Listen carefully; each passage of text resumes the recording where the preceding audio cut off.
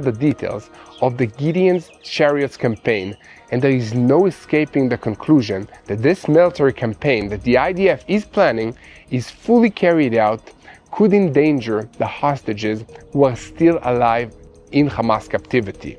However, the plan was built in such a way as to reduce that risk as much as possible. The IDF's operation, Gideon Chariots, is supposed to be carried out in 3 main stages.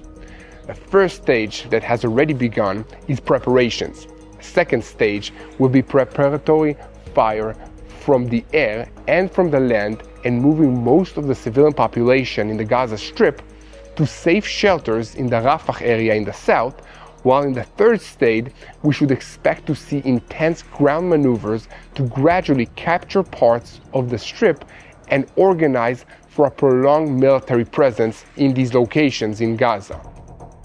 In related news, at noon on Tuesday, the IDF released new footage showing Yosef Kadi, who's a Hamas platoon commander who took part in the October 7th massacre and was responsible for holding several hostages who were later released, surrendering to the IDF forces.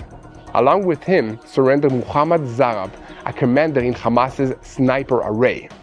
So the two were arrested by 188 Brigade forces under Division 36, and according to the army, their interrogation by the Shin Bet yielded intelligence on the location of a significant terror infrastructure in that area in Gaza. This is what I meant when I said that the preparation base of the operation, Gideon's Chariots, are already underway. A few weeks ago, the IDF completed the encirclement of Rafah, and according to the army, the forces' activities continued and are expected to expand. Yesterday, a senior security source said that Israel plans to establish a sterile zone in Rafah into which Gazans will be brought, screened, and checked by the IDF to make sure that they are not terrorists. There, according to the Gideon's Chariots plan, humanitarian aid will be brought into the Gaza Strip by employing civilian companies. The senior security official added that if the Gideon's Chariots plan is implemented, the IDF will stay in the areas that are secured and will treat every cleared area according to the Rafah model, where all threats were flattened, as he put it. According to that model, the goal is to prevent the return of terror to cleaned areas. By pushing all, and I'm saying all, the population of Gaza down south to this yellow area, to the brand new humanitarian area, where we will open 4 distribution centers, all surrounded by Israeli troops from the west, from the east, from the south, and from the north. There will be 2 areas where we'll scan people that entered in, making sure no Hamas will walk in. And in that humanitarian zone, only civilians that are not involved will be able to be there. Now, we will give them 2 options. Either they want to leave, and that's why you just saw the Ramon airport, or they want to stay there and be fed by our own companies that we hire, mostly American companies.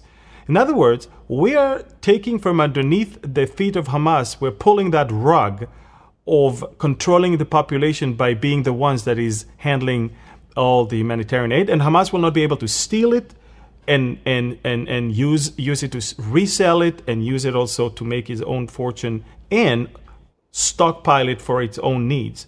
So again, all the population of Gaza is going to be moving towards the south, which means anywhere from that thick blue corridor that you see there down south, from there up north, once we're done with a population transfer, everything is going to be destroyed. When I say everything, Pastor Barry, every terror infrastructure above the ground or underneath the ground will be destroyed, because there are no more.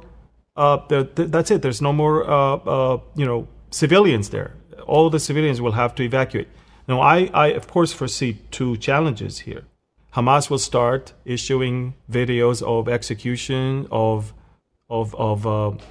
our hostages, and Hamas will also try to stop the civilians from moving south so he can continue to use them as human shields. We're going to have to stay strong. We're going to have to stay tough. We're going to have to stay resilient. And we're going to have to understand that Hamas cannot use 59 hostages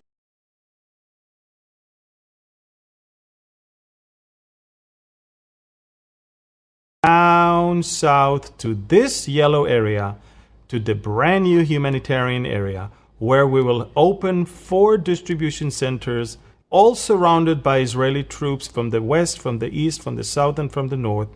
There will be 2 areas where we'll scan people that entered in, making sure no Hamas will walk in. And in that humanitarian zone, only civilians that are not involved will be able to be there.